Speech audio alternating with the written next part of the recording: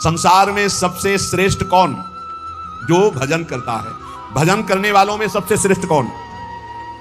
श्रेष्ठ भजन करने वाला कौन माना जाता है? तो बोले सर्वभूतेषु यः पश्येत् भगवत भावमात्मनः भूतानि भगवत्यात्मन्येषु भागवतोत्तमः। जो अपने अंदर और सबके अंदर अपने इष्ट देव को देखता है, कहीं न्यूनाधिक नहीं, कहीं छोटा बड़ा बुरा भला नहीं देखता, अपने अंदर और सबके अंदर अपने ही आराध्य देव को देखता है। चाहे प्राणी हो चाहे पदार्थ हो, सब में मेरा प्रभु विराजमान है। जो भगवत स्वरूप में स्थित रहता है, जिसकी ये सिद्ध दृष्टि है कि यहां भी प्रभु है, यहां भी प्रभु है, यहां भी प्रभु, कोई कण नहीं जो प्रभु ना बने हो, वो सबसे बड़ा भजनानंदी माना जाता है। श्रेष्ठ महान भागवत कौन? भगवत्यात्मन्येषु भागवतोत्तमः, उत्तम महाभागवतो, जो अपनी आत्मस्वरूप प्रभु और सर्वत्र प्रभु विराजमान है, ऐसा अनुभव करते हुए भजन कर रहा है। सब में मेरे प्रभु विराजमान, यहां भी बाहर भी सब जगह प्रभु विराजमान। गृहीत्वापीन्द्रियैरर्थान् यो न द्वेष्टि न हृष्यति विष्णुर्मायामिदं पश्यन् स वै भागवतोत्तमः। वो सबसे बड़ा महाभागवत है जो इंद्रियों के विषय आए, अनुकूल विषय में हर्षित नहीं, प्रतिकूल विषय में शोकित नहीं। इच्छा के प्रतिकूल आया समय परिस्थिति विषय व्यक्ति तो द्वेष नहीं, अनुकूल आया तो हर्षित नहीं। ये सब भगवान की माया है, ऐसी दृष्टि बनी रहती है। अनुकूलता में हर्षित नहीं, प्रतिकूलता में शोकित नहीं, चाहे व्यक्ति वस्तु स्थान परिस्थिति। अनुकूल व्यक्ति आया कोई हर्ष नहीं, प्रतिकूल आया गाली दे रहा अपमान कर रहा है, कोई शोक नहीं। ये भगवान की माया है, लेकिन भगवान तो सब में समरूप से विराजमान है। उसकी ये सिद्ध दृष्टि बनी रहती है कि हमारे भगवान की माया है, इसलिए निंदा में, स्तुति में, मान में, अपमान में, अनुकूलता में, प्रतिकूलता में जो सदैव एक रस रहकर भजन करता रहता है, वही उत्तम महाभागवत है। देहेन्द्रिय प्राण मनोधियाम यो जन्माप्यक्षुद्भय तर्ष कृच्छैः संसार धर्मैः रविमुह्यमानः स्मृत्या हरेर्भागवत प्रधान। वो भगवत भक्तों में सर्वश्रेष्ठ भागवत धर्म है जो जन्म मृत्यु भूख प्यास श्रम कष्ट भय तृष्णा इनको जीत चुका है। महाभागवत कौन है? अब जन्म का कोई भय नहीं रहा। क्यों? यदि मेरा जन्म होगा तो मेरी प्रियाजू मेरे साथ होंगे। अब मेरा जन्म कर्म बंधन से नहीं होगा, अब प्रियाजू के साथ होगा। यत्र यत्र मम जन्म कर्म भिन्न नार के परमे पदे अथवा राधिका रत निकुंज मंडली तत्र तत्र हृदय में विराजिता। भजन कभी नष्ट नहीं होता।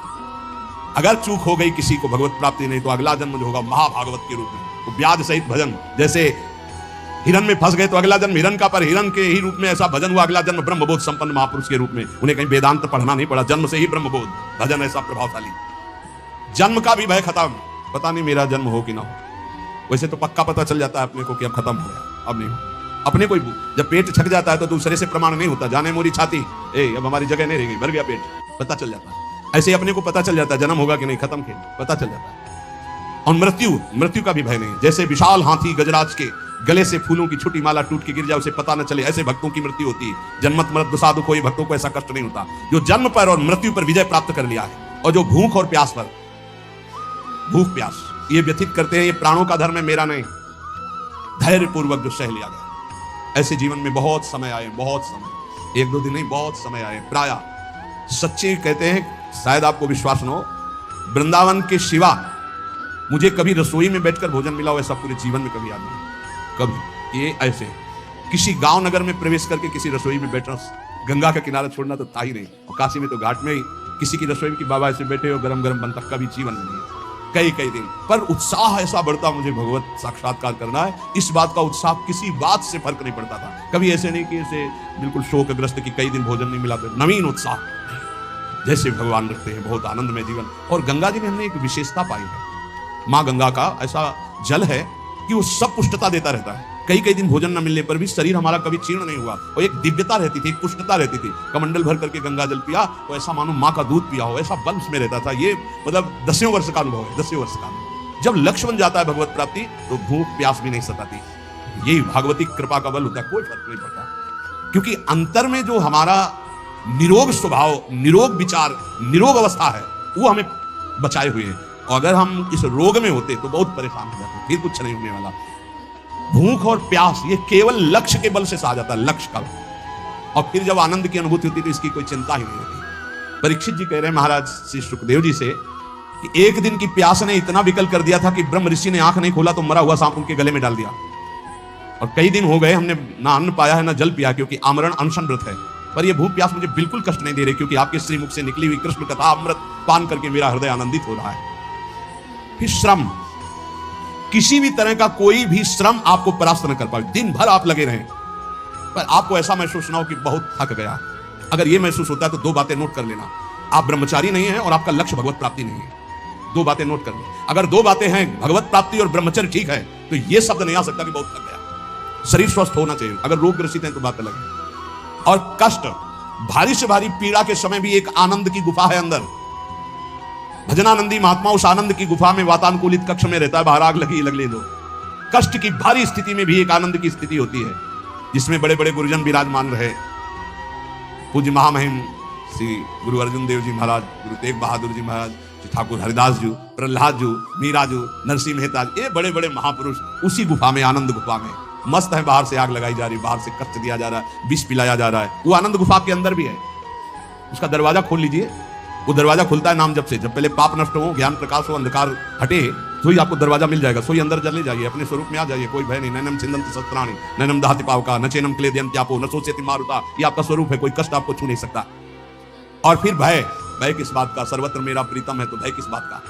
और तृष्णा, ये बहुत खतरनाक डाइन है तृष्णा। भोगे हुए भोग को पुनः भोगने की चाहत का नाम तृष्णा। ये मारे है पूरे संसार को। भोग भोग के मरने लायक हो गए, फिर भी भोग। शरीर जन्म मृत्यु, भूख प्यास प्राणों का धर्म, श्रम कष्ट इंद्रिय मन का धर्म, भय बुद्धि का धर्म, तृष्णा गलत स्वभाव। तुम कहीं हो ही नहीं प्यारे, क्यों परेशान हो? हट, साक्षी बन, दृष्टा बन इनका। पर ये दृष्टा गुरु कृपा से ही बना जा सकता नहीं। दृष्टि और दृष्टा सब घसीट लेगी माया, बहुत विचित्र है। दृष्टा बने हुए भोग करोगे, कहोगे हम दृष्टा है, फिर नरक भी मिलेगा, तब भी बने रहना दृष्टा। जो पुरुष, देखो ध्यान दीजिए, जो खास बात है, संसार धर्मई रवि मुह्यमानः स्मृत्या हरेर भागवत प्रधाना। जो भगवान के नाम की स्मृति में इतना डूबा हुआ है, इन सब का कोई प्रभाव उसे परास्त नहीं कर पाता, वही मां भागवत है। जन्म मृत्यु भूख प्यास श्रम कष्ट भय तृष्णा, किसी का प्रभाव नहीं। राधा राधा राधा। न काम कर्म बीजानाम यस्य चेतसि संभवः वासुदेवैक निलयः स वै भागवत उत्तमः। जिसके मन में किसी भी नवीन भोग भोगने की इच्छा नहीं है, जो कर्म प्रवृत्ति उनके बीज वासनाओं का नाश कर चुका है, जो एकमात्र भगवान के चिंतन में निमग्न रहता है, वो महाभागवत है। किसी भी भोग, अंदर खुद पूछो क्या चाहिए, जब कुछ उत्तर ना मिले, या ही न चाहिए कबो कुछ नहीं, ना उत्तम ना धम न सत ना सत, शांत, कुछ नहीं। ये कब होता है? भजनानंदी महात्मा भजन में तृप्त रहता है, उसे कोई चाह नहीं। जो एकमात्र भगवान में निवास करता है, भगवदानंद में, कोई नवीन भोग भोगने की इच्छा नहीं, कोई कर्म प्रवृत्ति का बीज ही नहीं, क्योंकि आपको चाहिए ही नहीं। सब कर्म होते हैं कामना से, कामना से कर्म, कर्म से बंधन, फिर कामना, यही चक्र चलता रहता है। जो निरंतर भजन में इतना डूबा हुआ है कि कोई वासना नहीं, कोई इच्छा नहीं, कोई कर्म प्रवृत्ति की चाह नहीं, वो भगवत प्राप्त महाभागवत है। न यस्य जन्म कर्माभ्याम न वर्णाश्रम जाति भी सज्जतेस्मिन् अहं भावो देहे वै सहरे प्रिया। जो इस शरीर अभिमान से मुक्त हो चुका है, अपनी जाति कुल धर्म आदि का कोई अभिमान नहीं, सत्कुल में जन्म लेना, तपस्या कर्म वर्ण आश्रम, इन सब के अहंकार से जो रहित है, निश्चय वो भगवत प्राप्त महात्मा भगवान का महाभागवत है। न यस्य स्वपरिति वित्तेष्वात्मनि वाभिदा सर्वभूत समः शान्तः स वै भागवतोत्तमा। जिसको धन संपत्ति का कोई राग नहीं रह गया, शरीर में अहंकार नहीं रह गया, परिवार में अपना पराया नहीं रह गया, सब पूरा विश्व हमारा परिवार, शरीर में अहंकार नहीं, और 1 रुपया अपने पास नहीं, अपने नाम नहीं, अपना नहीं। जो सर्वत्र समस्वरूप परमात्मा को देखता है, किसी भी घटना से, किसी भी उससे विक्षिप्त नहीं होता। अच्छा हुआ, जो हुआ अच्छा हुआ, भगवान की बड़ी कृपा, इसमें भी कोई मंगल होगा, और शांत रहता है हर परिस्थिति में, वो भगवान का उत्तम महाभागवत है, उत्तम भक्त है। त्रिभुवन विभव हे तवेप्यकुंठ स्मृति रजितात्म सुरादिभिर्विमिग्रात् न चलति भगवत पदारविंदाल्लव निमिषार्धमपि यः स वैष्णवाज्ञः। ये विश्राम की तरफ सत्संग है, ये श्लोक को ध्यान से सुनो। बड़े बड़े देवता और ऋषि मुनि अपने अपने अंतःकरण को भगवतमय बनाते हुए जिन्हें ढूंढते रहते हैं, ऐसे भगवान का आधे पल के लिए भी जो चिंतन नहीं छोड़ता, त्रिभुवन की राजलक्ष्मी देने पर भी, 100 रुपया 500 रुपया लाख 2 लाख करोड़ की बात नहीं हो रही, त्रिभुवन का पूरा वैभव दिया जाए और कहा जाए आधे पल के लिए प्रभु को भूल जाओ, वो नहीं भूलेगा। बोले ऐसे को महाभागवत कहते हैं। हमारी साधना की पूर्णता कहा है कि बड़े से बड़े प्रलोभनों में भी हमारा मन न जाए, भगवान के चिंतन में लगा रहे। वही महाभागवत है जो आधे पल के लिए भी त्रिभुवन की राजलक्ष्मी देने पर भी भगवान का विस्मरण न करे। इसलिए अपने जीवन को विसृजति हृदयम नयस्य साक्षात धरीर वशाभीतोप्य गहुगनासाः प्रणय रसनया धृतांगी पद्महा सा भवति भागवत प्रधान उक्ता। जो भगवान का नाम उच्चारण करता है तो सारे पाप भस्म हो जाते हैं।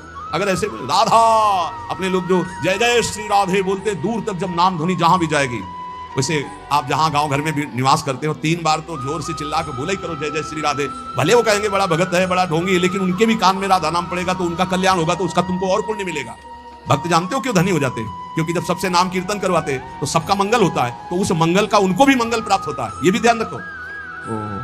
लौकिक उदाहरण में जैसे बीमा कंपनी में ना, बीमा करवाओ तो जो बीमा करवाने आते हैं वो फ्री नहीं होते, वो हाथ जोड़ते हैं, करवाते हैं, तो उनको भी उनको परसेंट मिलता है।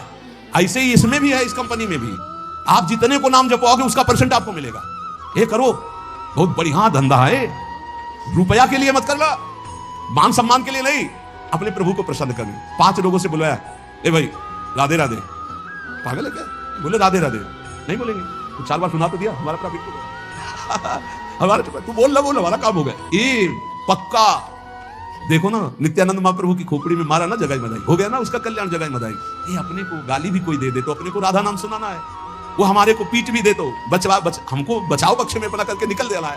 जब पीटे तो हर थप्पड़ में बोलो राधा राधा राधा, उसका कल्याण हो जाए, हे प्रभु इसका मंगल हो जाए। तो जानते हो ऐसा क्यों? क्योंकि उसी में प्रभु बैठे, वो मुस्कुरा देंगे। पहचान गया मुझे? हाँ प्रभु आपकी कृपा से आपको पहचान गया कि आप पीटने का गाली देने का स्वांग करते हो, लेकिन वो मेरे आराध्य देव निहाल हो गए। कह रहे विसृजति हृदयम नयस्य साक्षात। जो अपने प्रभु का कभी विस्मरण नहीं करता तो साक्षात हरि आप प्रकाशित हो जाते हैं। जो अपने प्रेम से उनके चरण कमलों को बांध रखा है, ऐसे कोई महाभागवत कहते हैं। पूरी महाभागवत का सिद्धांत ये है, सर्वत्र अपने भगवान को देखना और भगवान की याद में डूबना, खुद स्मृति में रहना, दूसरों को याद दिलाना। देखो भक्तों का एक प्रभाव होता है, निकले तो चाहे कोई उपहास में कहे ए बाबा राधे राधे, निकला ना राधे राधे, ए बाबा जय श्री राम, ऐसे भले उपहास में भी बोले तो उसको भगवान की याद आएगी। भगवत भक्तों का ऐसा प्रभाव होता है। अपने सत्संगियों को चाहिए घर में कीर्तन करो, अपने घर वालों को 5 मिनट नाम जपना सिखाओ, अपने बच्चों को बैठा लो 5 मिनट नाम जप करवाओ, नहीं तो यही पिटाई करेंगे तुम्हारी जवान होके। इनको संस्कार दे रहे हो आधुनिक, और आधुनिकता में रजोगुण तमोगुण बढ़ता चला जाएगा, तो यही तुम्हारे सामने जब नशा पी के आएंगे तो तुम्हें गाली देंगे। इनको सिखाओ धर्म, इनको सिखाओ नाम जप करना, इनको अध्यात्म की बातें सुनाओ। ये अच्छे राष्ट्र भक्त, ये अच्छे मातृ पितृ भक्त, जिनके हृदय में भावना शुद्ध होती, वो सबका मंगल करते हैं। ये नाम का धंधा शुरू किया जाए, वैसे शुरू तो है लेकिन आप लोग और सहयोग दो। 10 तुम नाम दिलाओ, 10 तुम नाम दिलाओ, तो 10 का तुमको और प्रॉफिट होगा, तो तुम्हारा भजन और बढ़ेगा और 10 का मंगल होगा। भले वो ना बोले तो नजदीक से निकले राधे राधे, वो ऐसे देख रहा है गुस्सा से मानो भस्म कर देगा। आप फिर बोलो राधे राधे, धरती में राधे राधे, उसका मंगल होगा। ये करके देखना, हम सही कह रहे, सही कह रहे, बहुत प्रॉफिट हो जाएगी, बहुत जल्दी धनी बन जाओगे। और लालसा ना हो, किसी का कुछ दिया हुआ स्वीकार मत करना, प्रणाम भी ना स्वीकार करो। वो प्रणाम करे तो आप प्रणाम कर लो। किसी का पानी भी मत पीना, जिसको नाम सुनाओ पानी भी मत पियो उसका, फिर आप देख लेना हमारी प्रार्थना मान लो। और एक आपको गुप्त बात, यदि कोई मरणासन में कहीं आस पड़ोस में कोई जीव जंतु या मनुष्य मर रहा हो, पशु भी मर रहा हो, तो आस पास गए, नजदीक जाके राधा राधा राधा उसके कान के समीप सुनाया, चल दिया, पक्का समझना इसकी बराबरी त्रिभुवन में कोई पुण्य नहीं है। मरणासन पुरुष को भगवान नाम सुना देना, इससे बड़ा कोई पुण्य नहीं। उस जीव का निश्चित मंगल हो जाएगा, क्योंकि अब वो मरने की स्थिति में जा रहा है, अब उससे कोई पाप होने वाला नहीं, और आपने नाम सुना दिया, उसको भगवत प्राप्ति होगी, तो आप पर विशेष भगवान की कृपा होगी, आप प्रियालाल के विशेष लाडले बन जाएंगे। इसलिए खुद नाम जप करें और औरों को नाम स्मरण कराएं।